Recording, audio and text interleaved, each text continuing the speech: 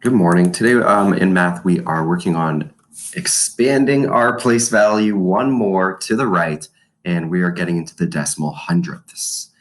So these would be the second number after the decimal point in a number. So that first number is the tenths. That's the tenths column after the decimal, and you need 10 of those to make a 1. And that second number after the decimal is in the hundredths column, and you need 100 of those to make a 1.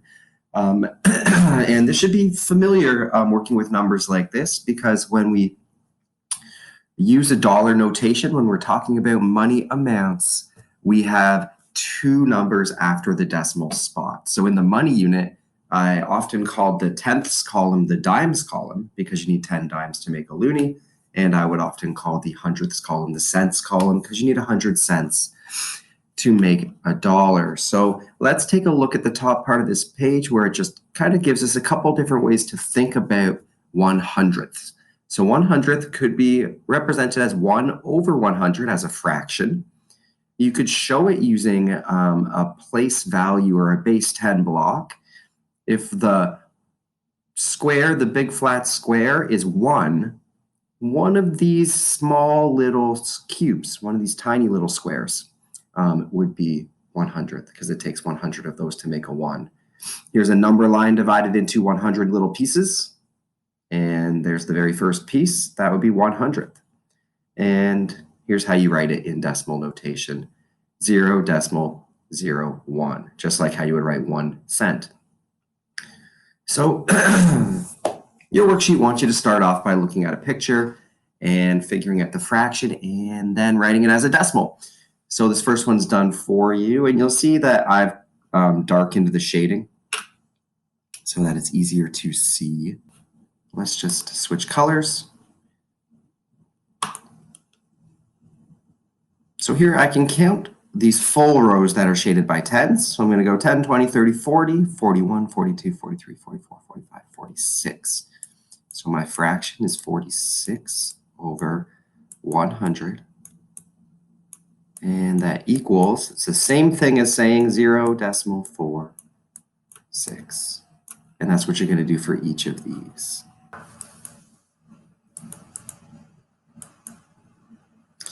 Number 2, it says write the decimal hundredths. So I want you to put it in decimal form. So if we have 18 hundredths, we're going to write that as 0.18. 9 hundredths is going to be, these are tricky. If you have only 9 hundredths, think about that as having 9 pennies.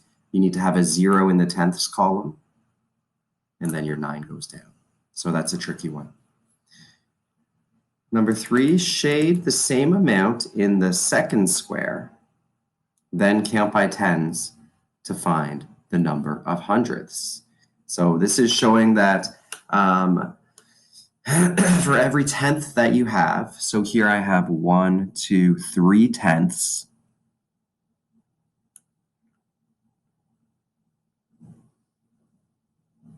I'm just going to write it as 0.3 to fit it in.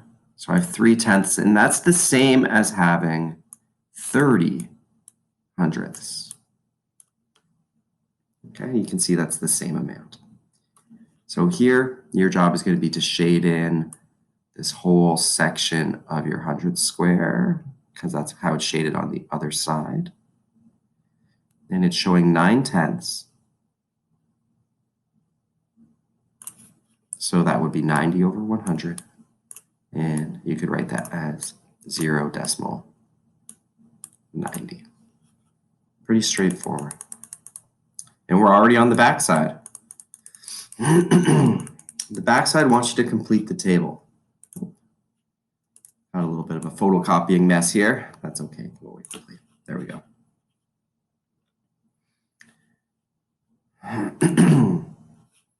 So you're going to complete the chart just like the way the first row was done for you. You're going to look at the picture and answer all these questions.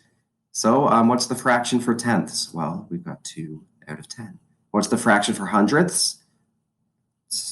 Well, there's 20 hundredths in 2 tenths, right? Because each tenth is made up of 10 hundredths. That's right.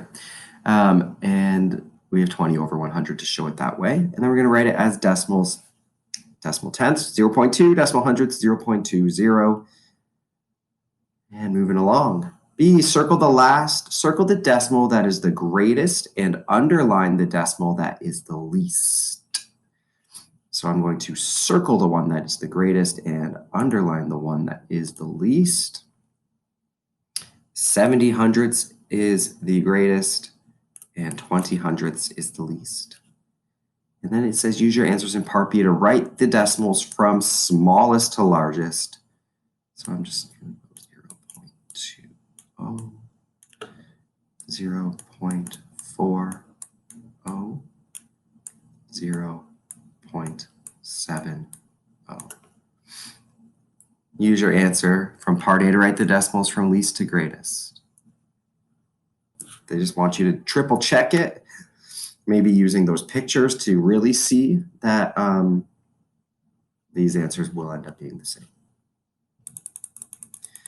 And then there's one more table for you to complete. So it'll give you some sort of information, and you have to use whatever information you have to complete the rest of the table. So